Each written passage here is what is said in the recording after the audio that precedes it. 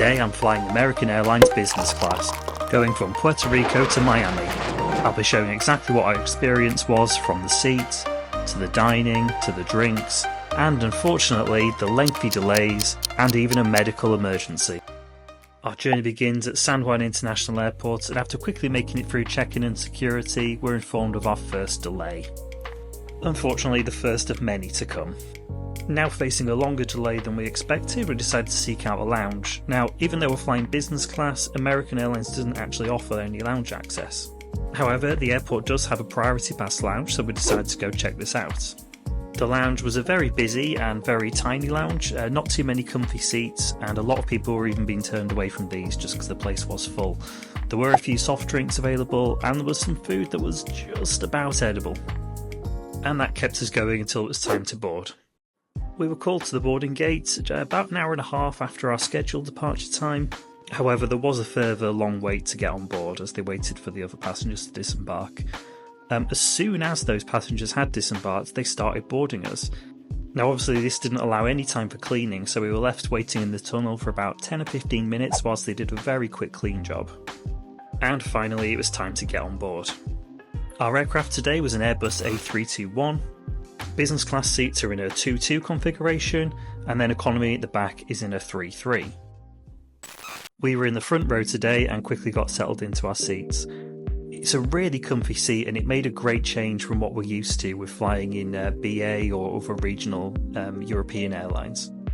Being in the front row, obviously there was no seat pocket, so there was this flimsy thing instead, and as you can see there was a few remnants from the previous passenger showing the effects of the speedy cleaning there.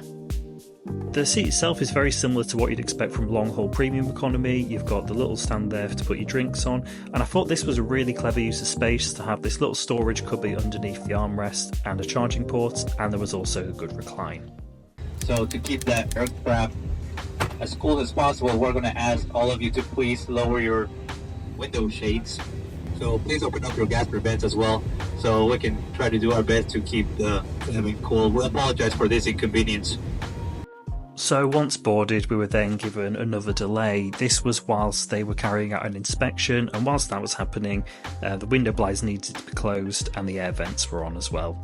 Apparently it was getting quite hot towards the back of the plane, and there were a few passengers that were struggling a bit, one of which was getting particularly faint. But after about an hour of sat at the gate, we finally started to taxi towards taking off.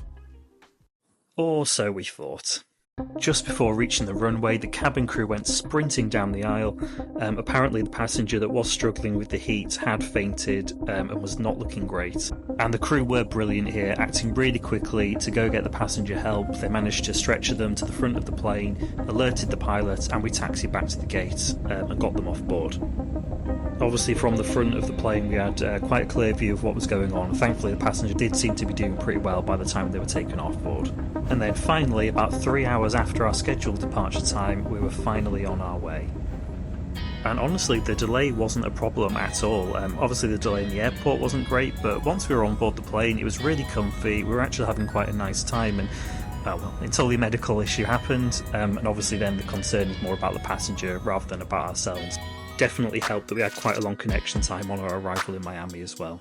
And now that we're up in the sky, let's check out the onboard entertainment. There's no entertainment screens. Instead, American Airlines offers Wi-Fi, and you can access their onboard entertainment on your own personal device. There were tons of options here, loads of things to select. I did actually just end up watching something on my own tablet. I didn't use this, but it did look to have a really great list of things available, so plenty of choice for everyone. Not long after takeoff, the onboard service started with hot towels, and we were then offered drinks, and these fit nicely on the table next to the armrest.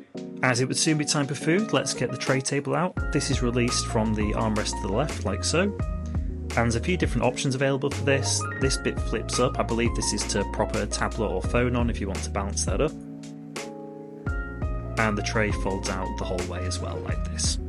It was a good size and pretty sturdy table too. Food is available to pre-order. Unfortunately I didn't realise this until it was a bit too late, so unfortunately I missed out on the short rib, but thankfully the chicken parmesan was available, so I placed my order for that, and Kelly actually went for the same thing. I believe the only other option available was a salad, but the food was really good. It's definitely not like fancy high dining or anything, but really good hearty food, really tasty, can't complain at all. especially when it's accompanied with lovely views of the Caribbean outside of the window. After I polished off the meal, the cabin crew came around to clear the tray table really quickly and immediately offered me another drink. The flight attendant was really excited to tell me that this was a special can of Coke because it came from Puerto Rico.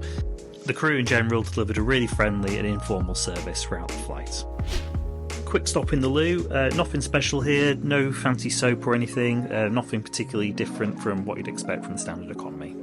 But it does the job just fine. And before long, we started our descent into Miami with views of the cruise port. Or so we thought.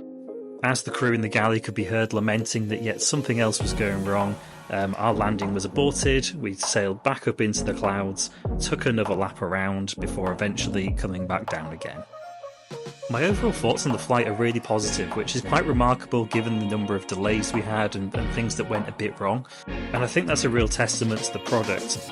I'm probably just a bit too used to what we get in Europe, but having a short-haul business class flight where you actually have a better seat than normal and a good bit of space and nice food was a really nice touch.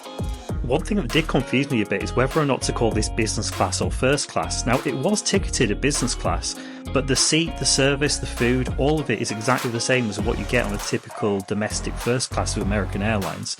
And the crew even seem to be referring to it as first class as well. So yeah, let me know in the comments if you know, is this business class, is it first class? I don't know if I've actually got it right here. If you have enjoyed this video, and if you do like these flight reviews, please do consider subscribing. Got loads of more flights coming up on the channel soon, including BA long haul and short haul business class. Thanks for watching, and hopefully I'll see you in the next one.